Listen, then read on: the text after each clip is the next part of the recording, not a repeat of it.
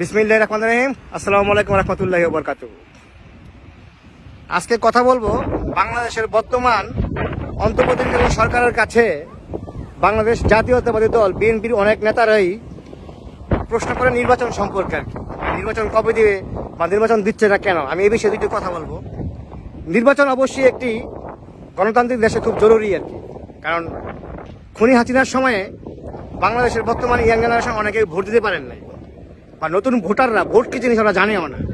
সেজন্য অবশ্যই নির্বাচন গুরুত্বপূর্ণ একটি বিষয়। কিন্তু আমি মনে করি, আমার ব্যক্তিগত অ্যানালাইজ থেকে আমি যেটা বাংলাদেশে দেখে আসলাম আর কি, যে আমাদের নির্বাচনে যাওয়ার আগে আমাদের কিছু সংস্কার করতে হবে এবং বর্তমান অন্তর্বর্তীকালীন সরকার প্রধানকে সাহায্য করতে হবে। সংস্কারের মধ্যে একটা হচ্ছে আমাদের দলের যে সংস্কারটা, সেটা হচ্ছে আমি যেটা বাংলাদেশে দেখে আসছি, বাংলাদেশের বর্তমান যারা ইয়াং জেনারেশন এদের ম্যাক্সিমাম লোক হচ্ছে খুনি হাসিনার আমলাদের, এমপিদের, মন্ত্রীদের, লুটপাটকারীদের ফাঁসি চায়। আমলিগকে অনেকে চায় না, বাংলাদেশ আমলিগ যেন করতে না পারে। এই ব্যাপারে কিন্তু বিএনপির কোনো সিনিয়র লিডার জড়োভাবে বক্তব্য দিয়ে সরকারের কাছে দাবি জানায় নাই যে আমরা আমলিগের নিষিদ্ধের পক্ষে। এটা কারণটা কি? কারণটা কিন্তু অনেকে জানতে চায়। এটা এক নম্বর। দ্বিতীয় কথা হচ্ছে, গত 15 বছরে স্বৈরাচার খুনি হাসিনার শাসনামলে বিএনপি সবচেয়ে বেশি বাংলাদেশে ক্ষতিগ্রস্ত হয়েছে যে দলের নেতাকর্মী, সেটা হচ্ছে বিএনপি, আমাদের দল। আমাদের দলের নেতাকর্মীরা, অসংখ্য নেতাকর্মীরা গুম, খুন, হত্যা শিকার হয়েছে আমরা জানি। জানার পরেও যারা ত্যাগী রাজপথে ছিল, যারা দেশে ছিল, রাজপথে ছিল, যারা প্রবাস থেকে সবসময় সরকারের বিরুদ্ধে, সরকারের অন্যায়ের বিরুদ্ধে সোচ্চার হয়েছে, জনগণকে উজ্জীবিত করছে, এদেরকে বিএনপি মূলত পক্ষে ম্যাক্সিমাম লোককে মূল্যায়িত করে নাই। এটা হচ্ছে বাস্তব সত্য কথা। তারপরে অনেকে এটা দলের ক্ষতি হবে বলে বা ভবিষ্যতে পদ দিতে পারে, বা পদ চলে যাবে সমালোচনা করলে, যেমন অনেকে সমালোচনা করে না, ঠিক আছে। তো এই ধরনের কিছু বাংলাদেশের বিএনপির অনেক থেকে নেতাকর্মী আছে লোক মাঠ পর্যায়ে, যারা বিএনপি থেকে মুখ ফিরে নিতে পারে না, অন্য কোনো দলও করতে পারে না, কিন্তু বিএনপি করে, কিন্তু এরা নীরব হয়ে গেছে বা নীরব হয়ে থাকবে। তো এদের জায়গায় যদি একটা বিএনপির নামধারী একটা দালালকে, আমল লীগের লোকের চলছে, আমল লীগের লোকের খাইছে বা আমল লীগের রেয়াজি করছে, সে কিন্তু জানে, কর্মী হিসেবে জানে, ওই লোকটা কিন্তু বিএনপি নমিনেশন তাকে দিবে, তাকে কিন্তু ভোট দিবে না। যেমন আমি আমার এলাকার ভিতরে আমি যারা চিনি, আমি জানি সে আমল লীগের চলছে। গত 15 বছর আমল লীগের বিরুদ্ধে সে কোনো টুশব্দই করে নাই। বিদেশে সে বৈশা, দলের এত একটা পদে থাকা, থানা পর্যায়ে পদে থাকা, জেলা পর্যায়ে পদে থাকা সে বিদেশে জীবনযাপন করছে। আমল লীগের ঠিকই ব্যবসা বাণিজ্য করছে। আমল লীগের নেতাদের গিয়ে বলছে যে আমরা আছি ভাই। সেই লোক এখনো মনে করেন বিএনপির পদে বসে রয়েছে। ওই লোককে যদি বিএনপির নমিনেশন দেওয়া হয় আমার এলাকার মধ্যে নির্বাচনের সময়, এমপি নমিনেশন, আমি কি ভোট দিব না?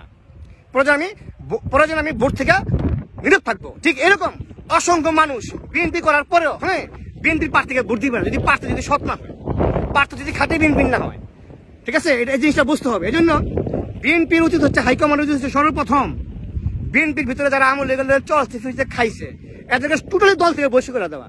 যদি কোনো বিএনপি নেতা বলে যে এরা সারা বিএনপি চলবে না, ঠিক আছে, এটা ভুল ধারণা। কারণ তারা হেরাম ছিল আমল লীগের সময়, আমল লীগের ভাত খাওয়া, ওর মধ্যে হেরাম লোক বিএনপির দরকার নাই।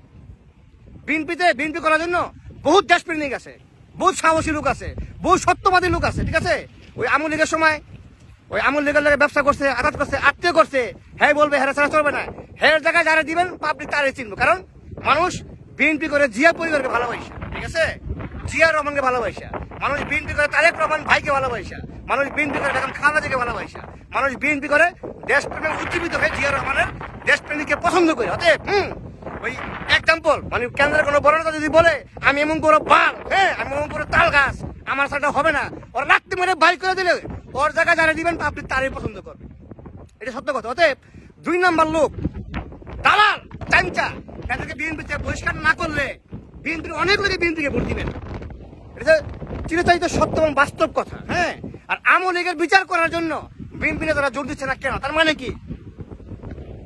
বিএনপি কি মনে করে যে বিএনপি ক্ষমতা আসলে বিএনপি রাষ্ট্র পরিচালনা করতে পারবে? এত সোজা না, এত সোজা না। কারণ রাষ্ট্র পরিচালনা করতে হলে আগে প্রথমে আমল লীগের দুর্নীতিবাজদের ধৈর্য জেল ফাঁসিতে ঝুলাইতে হইব। বাংলাদেশের ভিতরে আমল লীগ সন্ত্রাসীদেরকে নিশ্চিহ্ন করে ফেলাই দিব। এটা সারা যদি বিএনপি নির্বাচনে পাশ করেও ভারত কিন্তু বাংলাদেশে ছাড়বে না।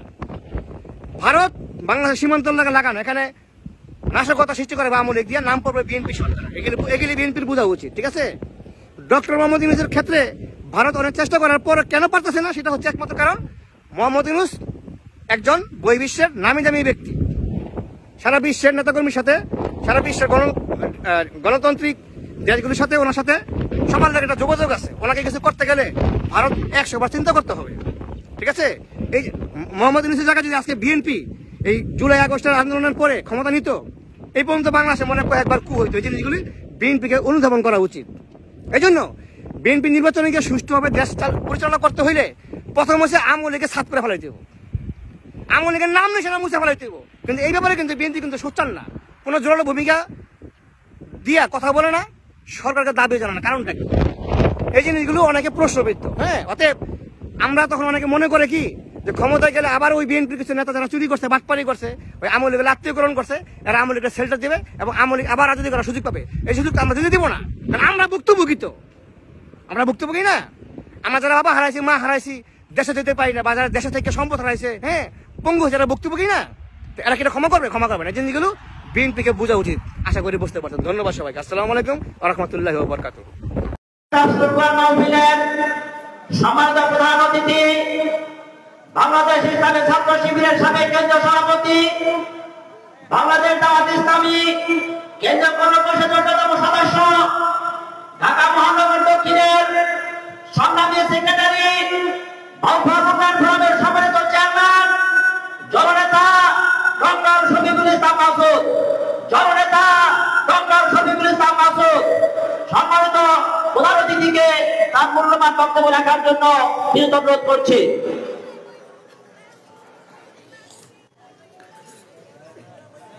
আসসালামু আলাইকুম ওয়া রাহমাতুল্লাহি ওয়া বারাকাতুহু।